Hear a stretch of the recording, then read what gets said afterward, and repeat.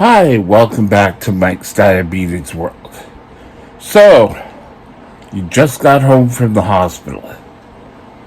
You were in there because you were diagnosed with type 1 diabetes, or your son or daughter went through it. Now what? Oh my God.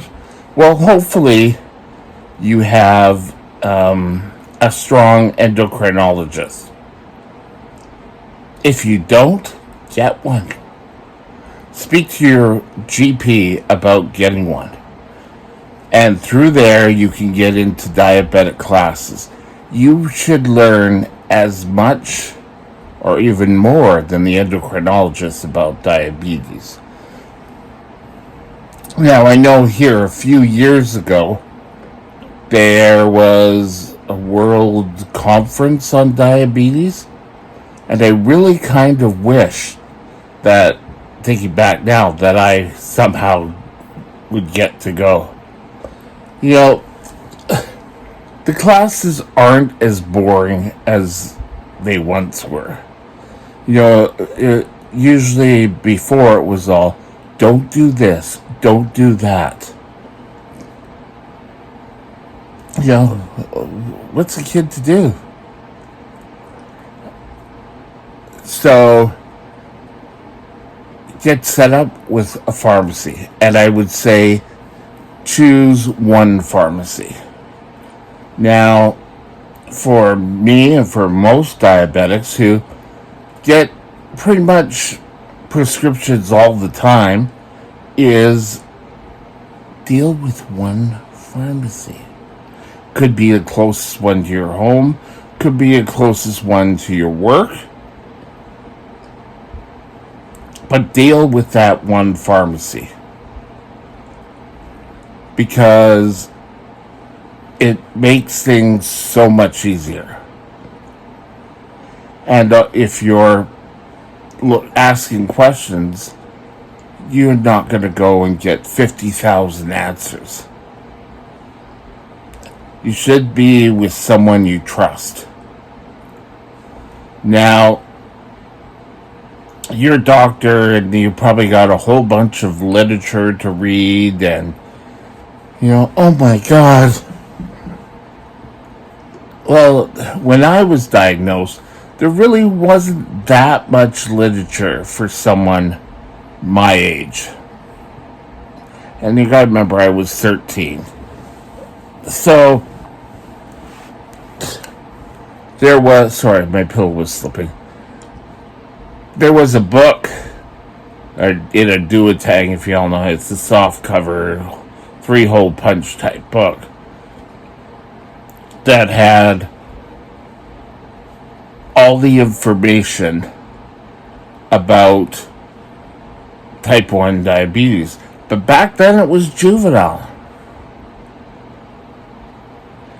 And they came out with this great big long one. Type 1 insulin dependent diabetes mellitus, and type 2, I can't even remember the name for type 2.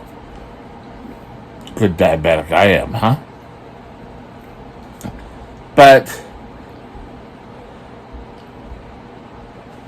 if it's your son or your daughter and they're entering their teenage years, I didn't mention this in the video we talked a bit about earlier, was get them into a discussion group. And it doesn't necessarily have to be one where they sit around and talk all about their diabetes problems. What it should be is, yes, you could have discussions about diabetes, but you know what? Get out and do something. Go bowling. It shows your son or daughter that there is so much more to do than sit at home. Woe is me, I have diabetes. Now, there could always be the exception to the rule, like myself, and that was, yay, I thought it was the greatest thing. Well, maybe I should rephrase that. To me, I thought it was super. Because of diabetes, I was losing weight. And I had to put holes in belts because they just didn't fit anymore. So, the way to really think about it for your son or your daughter and for yourself, if you're a type 1, is your life starts now. You want to get good blood sugars. You've got to make sure you get a good eye doctor. And make sure that if you don't click with the doctor, that you ask to make changes. Nowadays we're finding more and more doctors are dropping off, and it's getting harder and harder to find doctors. But I would still say try.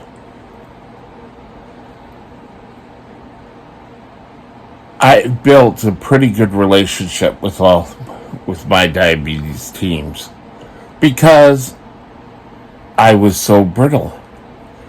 And brittle, left me, I don't know what's going on. I can tell you, one day, I was actually in Royal Columbian Hospital. And it was I guess it was May or something, but it was a nice day out. And I went down and, there's kind of like an outdoor seating area outside emergency. And I went there and I dropped something. I don't know what it was. And I bent down to pick it up. And when I sat back up, the whole room was just spinning. Well, everything outdoors was just spinning. And I felt really sick. I felt like I was going to be sick right there. And I thought, oh my God, I'm having a low. So I got back in, stopping and starting, back to my ward. And they said, okay, we'll go do a blood sugar. Well, I tried to do a blood sugar. I just couldn't concentrate. And, I thought, oh my God, I must be low. So, I said to her, I can't concentrate. So she did a blood sugar. My blood sugar was lower normal, though. It was more on the normal side than the low side. So I said, I'm just going to lie down. I don't really feel well. And pretty much for the whole afternoon, I was just really not feeling well. It was sort of the worst feeling I had. And it kind of clicked back in my mind of back when I was originally diagnosed and having my low and the feelings I was getting. Well, they kept coming in and checking me. And finally, I think my nurse spoke to a doctor on duty and said, I think he's dehydrated. And they put like 2 bags of, I'm just going to say saline, but it was large liter bags into me. And all of a sudden, I started to feel well. I still felt weak, but so the moral of this story, rely on what you're testing. And if it's not coming out to what you think it should be, then maybe you need to get help or lie down. But make sure you tell someone what's going on. I told the nurse, And who knows? If I didn't, things may have ended up differently. But the whole next day I was peeing a lot, but that wasn't because of sugar. Anyway, when you get out of the hospital, you're going to you'll go and get the latest material that you can get about diabetes. Teach yourself how to give a shot. Find out what treatments are going to be the best for you. If you're a young person, get into a social club. It'd be almost better with diabetics, but you want to make sure that you are always prepared.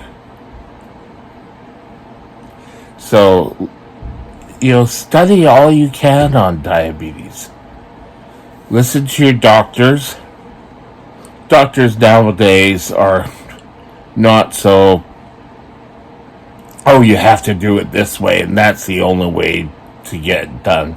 I think we're kind of out of that era. You want to find a pharmacy and stick with that pharmacy.